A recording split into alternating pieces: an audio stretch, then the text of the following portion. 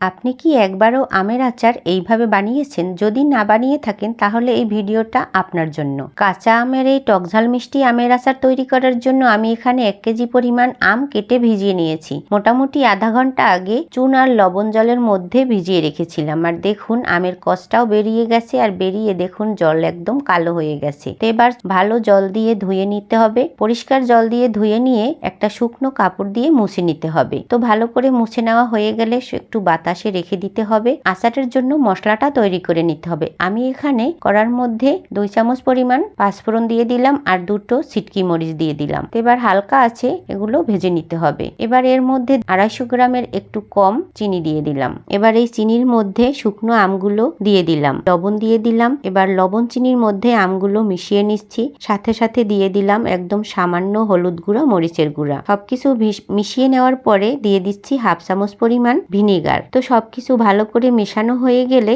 একদম লো আঁচে একটা ঢাকা দিয়ে চিনির শিরাটা তৈরি করে নিতে হবে। মোটামুটি 5 থেকে 6 মিনিটের মধ্যেই দেখুন চিনির শিরাটা গলে গেছে। আর এদিকে আমি গুঁড়ো মশলাটাও করে নিয়ে আসলাম। তো বন্ধুরা এবার চুলার আঁচটা আরেকটু বাড়িয়ে দিতে হবে, মিডিয়াম করে রেখে, যেহেতু চিনিটা গলে গেছে আর আমটাও কিন্তু মোটামুটি সেদ্ধ হয়ে গেছে। মোটামুটি 5-10 মিনিট জাল করার পরে দেখুন চিনির শিরাটা অনেকটাই ঘন হয়ে আসছে।